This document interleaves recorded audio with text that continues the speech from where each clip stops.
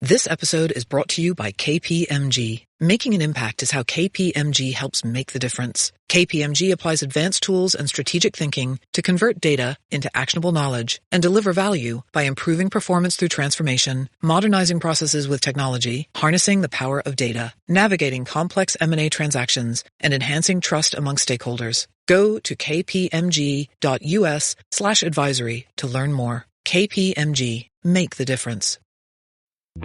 Доброго вечора, ми з України. Soy Marta García Ayer y vamos a hacer una pausa. Una pausa para saber cómo es ir a la guerra para contarla. А то, что зло родилось, это помогли западные страны. Pero esto es un poco lo que decía. Llama mucho la atención el frente por la guerra, por las explosiones y tal, pero al final las cosas son otras, ¿no? Las historias y demás. Va a insistir mucho en esto Alicia Lamillos, la jefa de internacional del Confidencial. Acaba de volver de Ucrania, ha estado varias veces en el frente desde la invasión y en esta pausa le hemos pedido a ella, a Lucas Proto y a Quique Pretel, los tres corresponsales del periódico que este año han viajado a cubrir la guerra, que nos cuenten cómo es ese día a día del periodista en el frente. Pero Alicia no va a contarnos, por ejemplo, que sus padres ya no le piden que mande un WhatsApp de que ha llegado bien, porque ya los tiene acostumbrados de cuando estuvo en Irak, en Kenia, en Colombia. Ya saben lo difícil que es tener cobertura en zona de conflicto. Y hay muy poco internet. Cuando vas a Bakhmut o cuando estás en Avdiivka o cualquier cosa, estás 24 horas sin internet.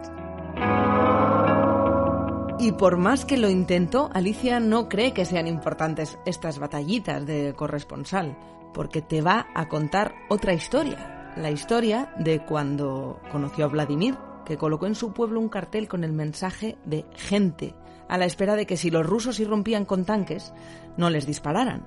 Aunque esa táctica, ya dice Alicia, que no les funcionó en el teatro de Mariupol, ni siquiera con el texto de niños. Y claro, cuando ve que están bombardeando niños, pues no tener wifi no le parece que sea una historia relevante que contarnos. Sí le parece más importante la historia de Yevenia. Lo que decíamos de que nos van acompañando siempre gente que nos hace de fixer. Una chica, Yevenia, que me dejó su casa en Kiev, su abuela vive en Crimea y no quiere oírla. O sea, no, cuando le dice Yevenia, es que he visto los tanques en mi puerta, la abuela dice, no hablamos de política, que esto no es así. O sea, y porque la abuela es rusa. Así que es verdad que no ha sido fácil conseguir que los corresponsales nos hablen de su experiencia más personal en la guerra. Porque ellos no quieren ser los protagonistas, aunque sí nos han contado algunas cosas. Como que a veces escribían las crónicas en un bar en el que sonaba Bella Ciao en ucraniano, o que en los garitos de Kiev suena mucho tecno. Kiev iba a camino de convertirse en la nueva Berlín. O sea, muy de fiesta de este rollo berlinés, vestidos de negro y muy de underground y mucho tecno. Muchos ucranianos tienen un tono de llamada que es el mismo para todos. Y dice, до побачення, я Україна. Доброго вечора, ми з України. Entonces es muy gracioso, ¿no? Estás en el tren y suena.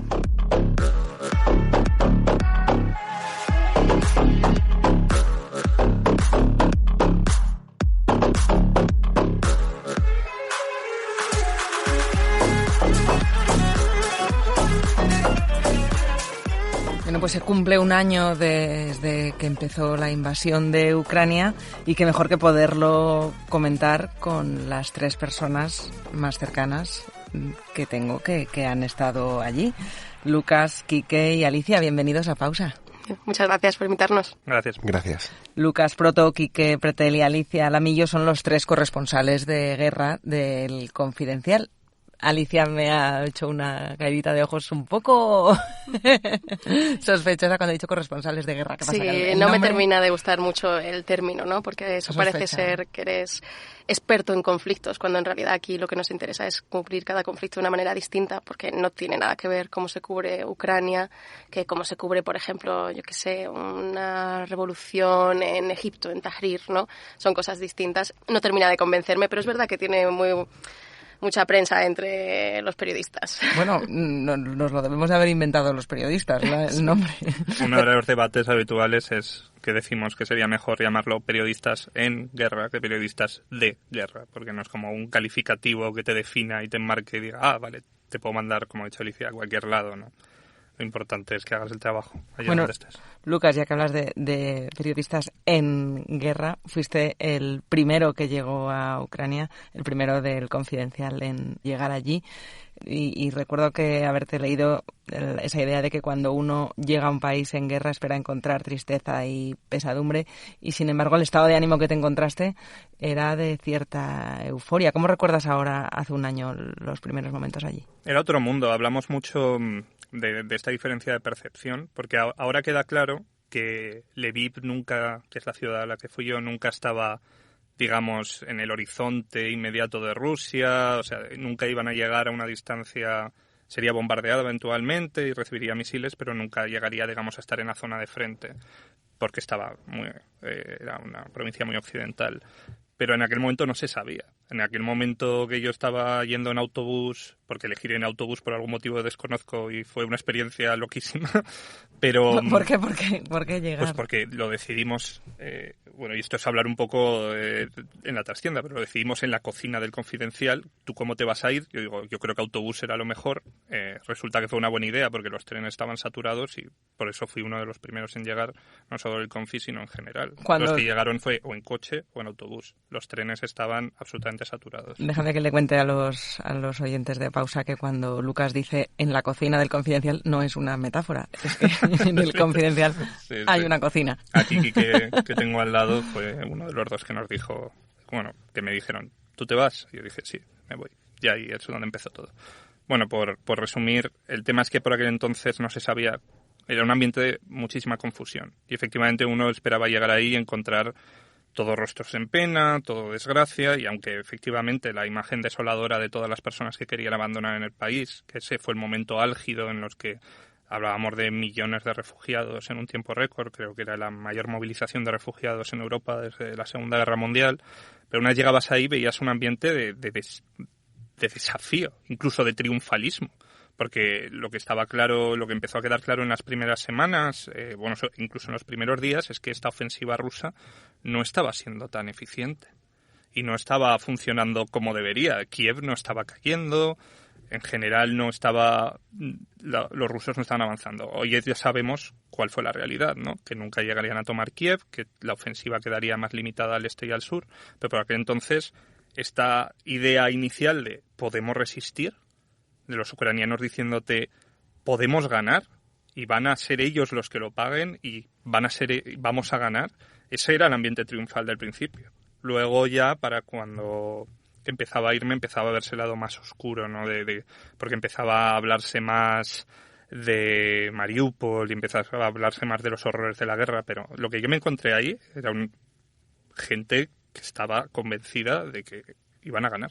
Alicia, tú acabas de volver, hace unas semanas que volviste, has sido la última en estar allí en el frente y la sensación, entiendo que un año después ya es muy distinta, ¿no? Recuerdo haberte leído la historia de Vladimir diciendo que solo quiere que acabe. Sí, efectivamente.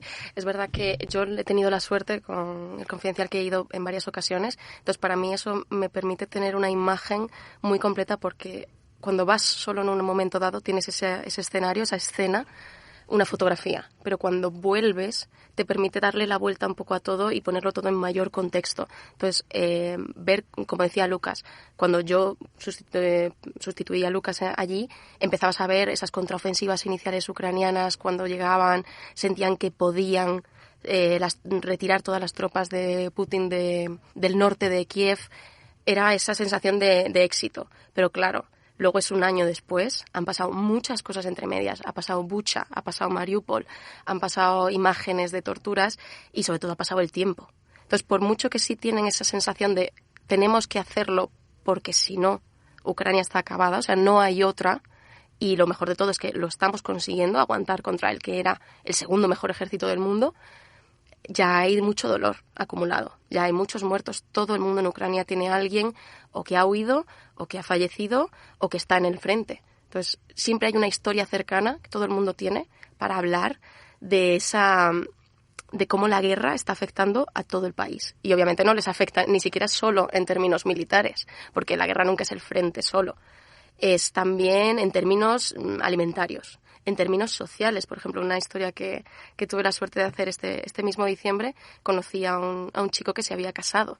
Había vuelto a su pueblo, había decidido pedirle matrimonio a su novia, que se conocían desde hacía 3 años, y claro, luego la luna de miel se tuvo que volver al frente. Tenía solo una semana de entre medias. Pero claro, la guerra también está cambiando la forma en que entiendes las relaciones, cómo te relacionas con tus hijos, con tu esposo, bueno, y luego, mucho más allá, es energético, es geopolítico, o sea, la guerra está afectando a todo el país. Y en cuanto a la duración, yo creo que ya los ucranianos sí ya están pensando que es una cosa a largo plazo. No queda bien decirlo, porque ojalá fuera más corta. Ya no esperan a que acabe la guerra para casarse. No, claro. O sea, te tienes que casar antes porque nunca sabes luego qué puede pasar, efectivamente. Claro. Y, Quique, tú has estado también en más conflictos y has estado muchos años de corresponsal. Además, te tocaba coordinar quien iba en aquel momento, si no recuerdo mal, eras el jefe de Internacional. ¿Cómo se gestionan las historias para acercar? Hablaba Alicia de lo cercano, porque hablamos a veces de geopolítica en términos globales, pero lo que se trata es de estar allí para contar ese día a día, ese cómo ¿qué hace la gente? ¿Va a trabajar el día que empieza la guerra? ¿Teletrabaja? ¿O van a hacer la compra? ¿Hay que pagar por la gasolina? ¿Cómo funciona el día a día? Bueno, lo primero decir que una guerra, como hemos comentado en otras ocasiones, la cobertura de una guerra es un trabajo coral que involucra casi a todo el periódico. La misión, entonces, de la persona que está en ese momento en el terreno del periodista en la guerra es recoger parte de la realidad que él puede o ella puede observar allí y contarla a los lectores. Pero realmente la guerra es un enfoque, porque si tú vas a un país en guerra, no es que todo el país esté en guerra. No hay guerra en todas las esquinas, no. Los frentes son sitios muy delimitados, muy concretos. De hecho, es complicado llegar al frente. Y la gente tiene que seguir viviendo, obviamente. Entonces tú puedes llegar al rincón más recóndito de la guerra y encontrarte una señora en pantuflas con sus bolsas de mercado, que mientras tú te crees que estás, ¿no?, en un sitio súper exótico. Bueno, pues ese sitio tan exótico, pues siempre en la casa de alguien. Y como tal, pues esa gente sigue haciendo su vida lo mejor que puede. ¿Y cómo os ganáis la confianza una vez que estáis en un sitio como Ucrania, en un momento como este, para que la gente os cuente las historias que hemos podido ir leyendo de vuestra cobertura? Aquí en el Confi tenemos un tráfico de tabaco ucraniano que ayuda bastante a establecer ciertas conversaciones, sobre todo con los soldados, con la gente militar que está esperando allí. ¿Pero vosotros fumáis? Yo sí. Yo no, pero has empezado en Ucrania. Es necesario tener siempre un paquete que abre esa conversación, ese momento. Sí. Y realmente yo creo que con la gente de a pie, la gente obviamente hay de todo, pero en esas circunstancias quieren contar su historia. Sí, esa es mi experiencia al menos. Cuando empezaba a ir tenía 0 contactos y lo primero que hice fue aproximarme a una persona en Twitter. Tenía una persona que estaba hablando de estoy aquí en mi ciudad, reaccionando, tenía 300 seguidores por aquel entonces. Le escribí directo de soy un periodista, va a ir para ahí, ¿quieres contar tu historia? ¿Me puedes orientar un poco cómo llegar al hotel más cercano? Bueno, en ese caso, hotel sería decirle mucho, pero al apartahotel más cercano. Y estaba más que dispuesto. Fue una persona que luego no solo me acompañó en coche, me contó toda su historia, me presentó a todos sus contactos, porque todo el mundo quiere que la gente hable de lo que está viviendo, porque precisamente pues esa es tu labor. Hay que entender que aquí hay una suma de intereses muchas veces. Tu labor es querer contar historias y para muchos ucranianos que están viviendo situaciones terribles o que están viviendo experiencias que necesitan sacarlas de algún modo, esta es una vía de escape también para ellos y algo que quieren arrojar luz al respecto, ¿no? Decías que llegaste a la guerra en autobús. Entiendo que también se ve una diferencia, que no somos la CNN, ¿no? Cuando sí. Los medios, no todo el mundo cubre la guerra igual, ¿no? Sí, pero creo que eso también es una... O sea, cuando vas en autobús puedes contar una historia. De hecho, la primera historia en persona que se escribe sobre la guerra en el Confidencial es un viaje en autobús, ¿no? Y si hubiera sido un viaje yo solo con mi coche que he alquilado para pasar la frontera más fácil, porque soy más listo de lo que debía haber sido en ese momento, pues te cuenta otra. Y los pequeños errores y los pequeños tropiezos en una guerra también te dan temas. Y eso es algo que también es importante, pues no dejar de percibir todo lo que tienes alrededor. Eso es parte del trabajo. Yo recorrí el Donbass en autobús y afortunadamente fue, como dice Lucas, una fuente de historias. Ahí conocí al soldado de artillería Román, que veía a un soldado lloroso y obviamente cuando estás en esa situación te ves más, tienes más posibilidad de hablar, de acercarte a alguien, de compartir un poco que si vas ¿no? más cerrado. En este caso casi que por necesidad. Y bueno, pues el hombre ese día había tenido el mejor y el peor día de su vida, porque acababa de sobrevivir a un bombardeo porque el misil de artillería se había quedado atascado en unas vigas y no había reventado, y al mismo tiempo ese mismo día se había muerto su madre y tenía que volver a enterrarla. Y la semana anterior le había dejado la novia, que se había ido fuera del país cuando estalló la guerra. Bueno, este tipo de personajes yo creo que, pues, obviamente tienes más acceso y más capacidad de hablar con el soldado de artillería Román en un autobús que cuando estás en el frente o cuando estás en otras circunstancias. Siempre y cuando te quede tabaco. Siempre y cuando haya tabaco.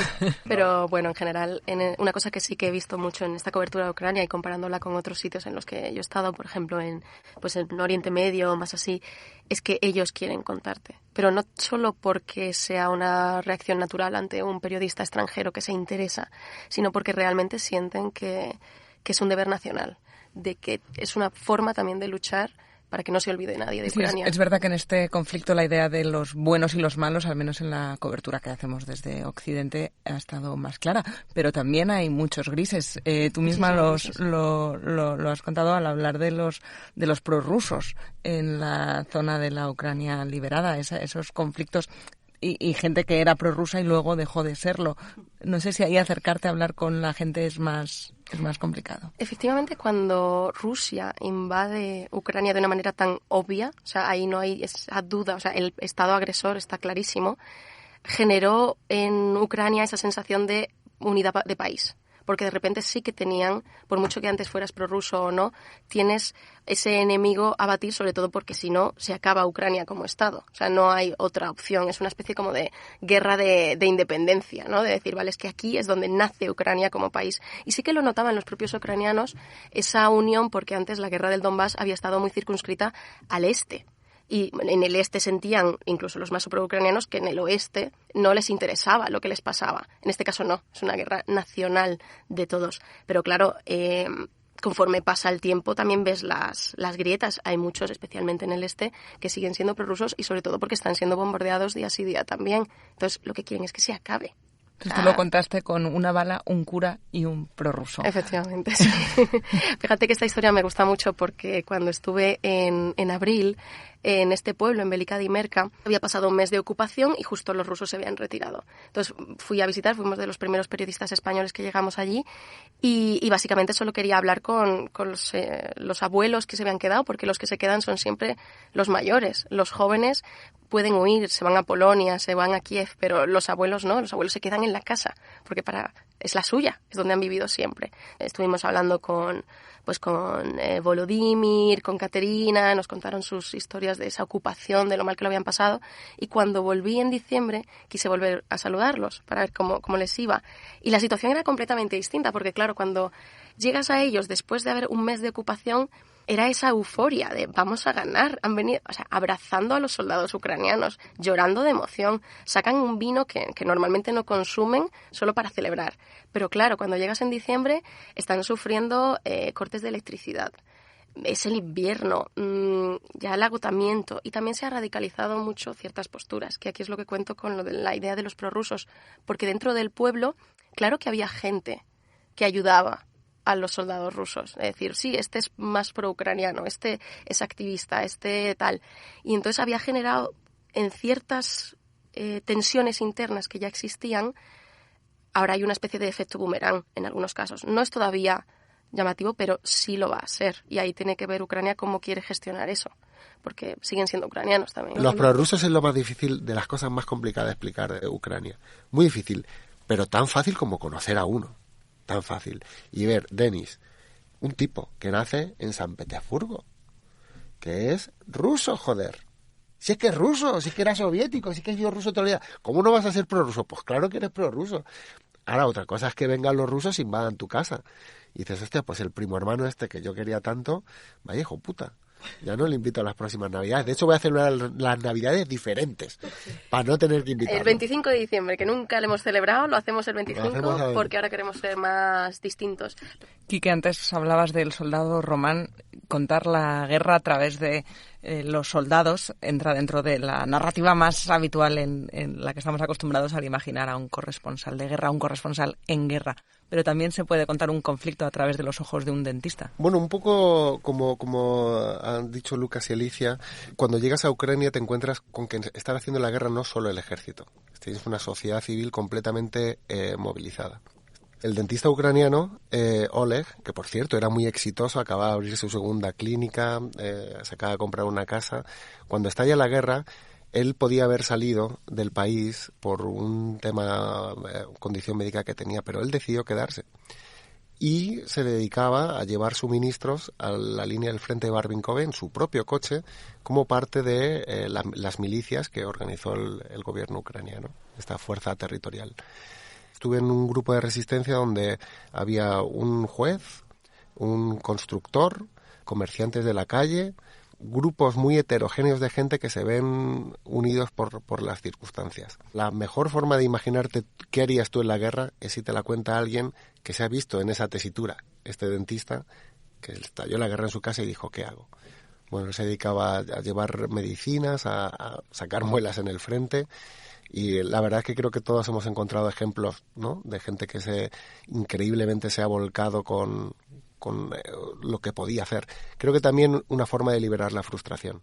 Y Lucas, ¿cómo se gestiona esa? Estamos hablando de la importancia de verlo de primera mano, de tener los ojos que vosotros habéis sido capaces de ponernos a los que no estamos allí, pero ¿es una expectativa a lo mejor equivocada esto de pensar que estando en el frente, estando en primera línea del conflicto, te enteras mejor de lo que está pasando? Esto te lo he leído decir a ti y es muy contraintuitivo. Uno pensaría que los que estáis ahí sois los que mejor sabéis cómo avanza el conflicto. Eso es una de las principales contradicciones. De hecho, creo que esa es una de... Aquí que ha dicho antes una cosa que es tremendamente importante y que cubrir una guerra es algo coral, es lo que ha dicho, ¿no? Es como una orquesta.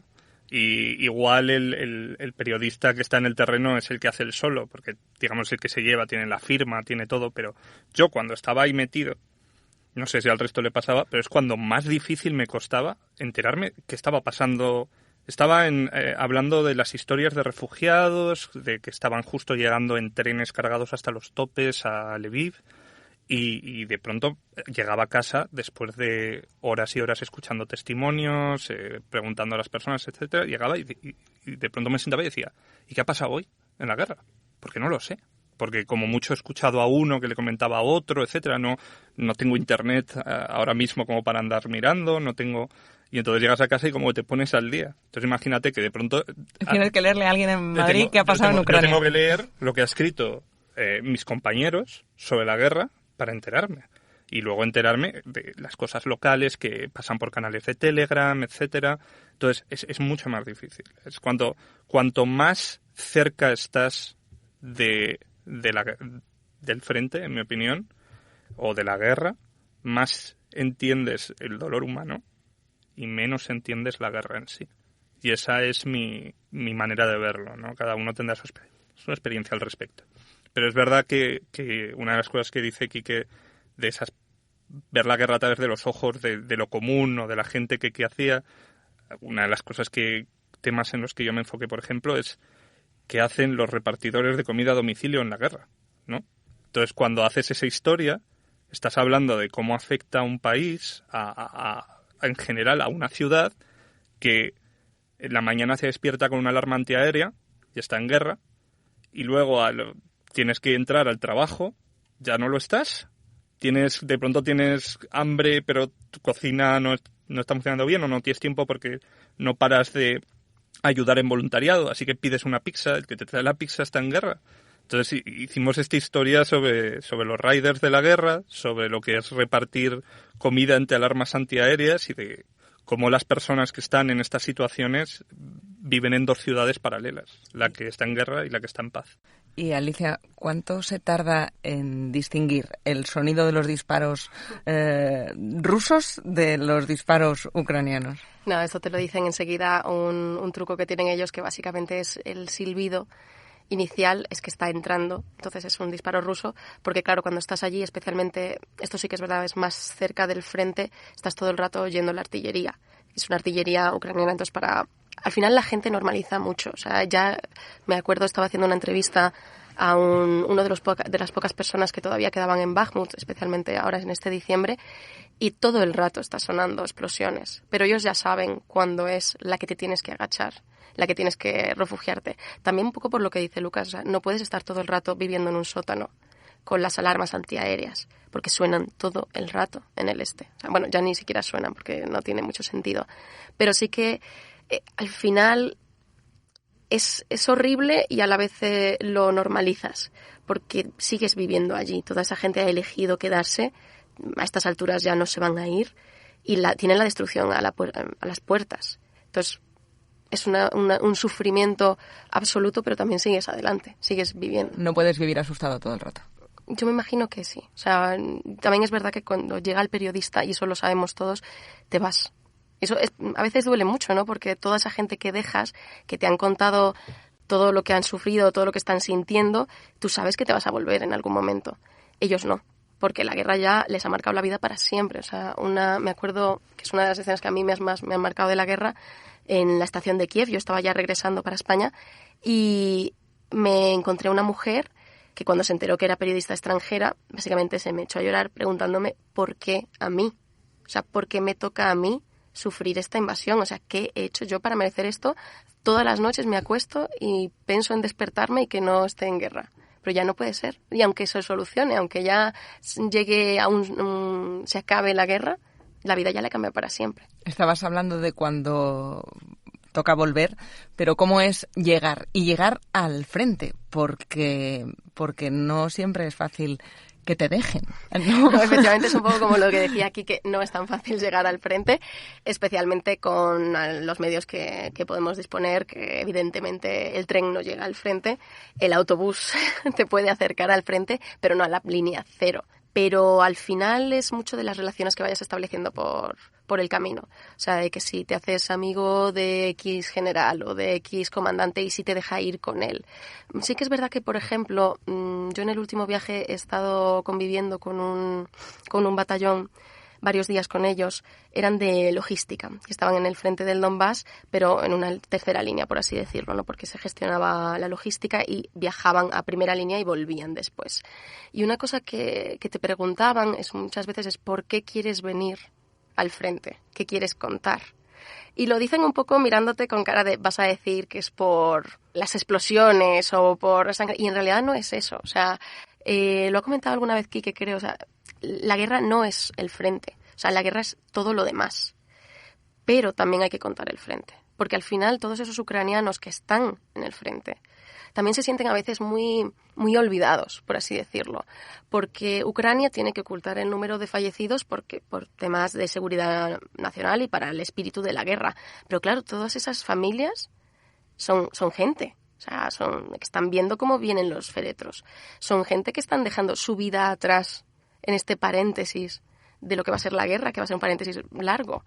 Entonces, ellos también a veces se sienten que tienen que ser escuchados. Y por eso hay que contar también el frente, pero no por las explosiones o por el fuego, sino por las personas que están allí. Y también para entender por qué cuando solo hay un soldado ruso no disparan, esperan a que haya más. Efectivamente, eso es uno de los ejemplos que yo creo de cómo funciona la mente del Confidencial y de las coberturas.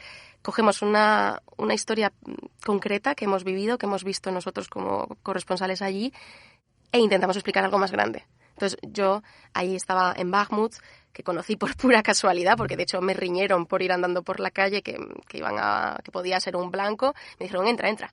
Y era una unidad de artillería que básicamente operan drones para defender los barrios de Bakhmut, el extrarradio de Bakhmut, que estaban siendo atacados por los rusos. Y el caso es que, claro, yo cuento esta historia de cómo funcionan estos hombres que están viendo a vista de pájaro la trinchera donde están los rusos y ven a un ruso moviéndose y se preguntan, ¿y este qué hace aquí? O sea, ¿por qué no está protegiéndose? ¿Qué pasa? Y de repente llega otro ruso y te dicen, no tiene sentido que disparemos ahora porque solo son 2. Entonces vamos a gastar muchísima munición en un objetivo pequeño, por así decirlo. Y aquí está la clave. O sea, ¿qué significa esto? Esto significa que Ucrania en aquel momento estaba necesitada de munición, que Rusia tenía mucho poder artillero y que Ucrania necesitaba el apoyo de los socios occidentales para llegar al mismo nivel. Entonces, es una historia pequeña de cómo funcionan ellos, qué están haciendo, pero que te cuenta algo más de esa necesidad, esa carrera por la munición. Es un ejemplo de cómo realmente creo que intentamos nosotros siempre explicar las cosas. Cuando un periodista va a la guerra, los periodistas de guerra no cubren la guerra, la cuentan. Quien cubre la guerra es el fixer. El fixer es la persona que acompaña al periodista para, como la propia palabra dice, arreglar todo. Fix en inglés es arreglar, pues es el que te arregla. Es el que te consigue el coche, el que te consigue la entrevista, el que te consigue o te hace de traductor y según lo bueno que sea tu fixer, pues podrás o no llegar a ciertas historias. Nosotros, pues obviamente en la primera guerra que cubría el Confidencial, no utilizamos unos fixer, ¿cómo decirlo? Fixer amateur. Gente que conocíamos como Lucas, que conoció un chico por Twitter que luego además acabó siendo toda una estrella en Ucrania, ¿no, Lucas? Sí, bueno, Dimko, que es como se llama, es la persona que te hablé antes, que te dije, tenía 300 seguidores en Twitter. Creo que ahora va por 40.000, 50.000, porque imagínate cómo te cambia la guerra, ¿no? Un chico que, como muchos en Ucrania, se dedicaba a teletrabajar para empresas extranjeras en tecnología, en software, etcétera, de pronto dice, bueno, yo quiero contribuir 100% a Ucrania. Todo empieza de un modo como inocente, ¿no? Empiezas primero llevando refugiados de un sitio a otro, primero tal, y entonces pues empezó a tener cada vez más contacto con grupos que estaban defendiendo Ucrania, etcétera. Entonces de pronto empiezas a llevar pues material logístico de un lugar al otro, cada vez te acercas más al frente, entras en contacto, haces una especie de sorteos online, subastas para intentar financiar las necesidades de este grupo, que les faltan mantas o les faltan drones para vigilar, etcétera, y acabas creando, como ha creado él, una ONG entera que tiene el nombre de su perro, Ziga, y con esa ONG es una ahora mismo de las principales herramientas para financiar varios escuadrones, por así decirlo, que ahora mismo están en el frente, y hacen cosas como subastar pues un mortero que había sido utilizado para impactar concretamente una posición rusa. Te subastan la caja del mortero, por así decirlo. Y lo hacen en Twitter y la gente ofrece 500 euros, 600 euros. Todo eso va directo a la financiación del ejército ucraniano. Entonces es una especie de crowdfunding de la guerra, lo cual te demuestra que la gente que al principio pasaste con su familia el tiempo, pues yo estuve con él y con su esposa en las alarmas antiaéreas y estábamos ahí juntos mientras me enseñaban la ciudad y me daban de comer después de 20 horas sin haber probado bocado, y luego de pronto te das cuenta de esa persona ahora mismo es casi una celebridad. La guerra siempre lleva a situaciones que nunca podías prever en un principio. En la guerra se ve lo mejor y lo peor del espíritu humano. Ves obviamente cómo el conflicto deshumaniza, pero también ves unos gestos o, ¿no?, unas misiones personales que son muy loables y me parecen, que también merece la pena ser contado, no solo lo artillero y lo guerrero, sino también esta otra parte. Y ahora que estáis los tres aquí, ya para terminar, confesadme, ¿quién se ha quedado con el tabaco ucraniano? Pues la última he sido yo, así que lo tengo todavía. Está guardado en una estantería para dárselo al siguiente o la siguiente que le toque ir de vuelta, porque bueno, esto hay que seguir cubriéndolo. Pues nada, espero leeros pronto alguna gran historia de algo pequeño que esté sucediendo en Ucrania. Muchísimas gracias a los tres por estar aquí. Gracias a ti. Gracias. Y nos vemos en la cocina del Compi. Siempre.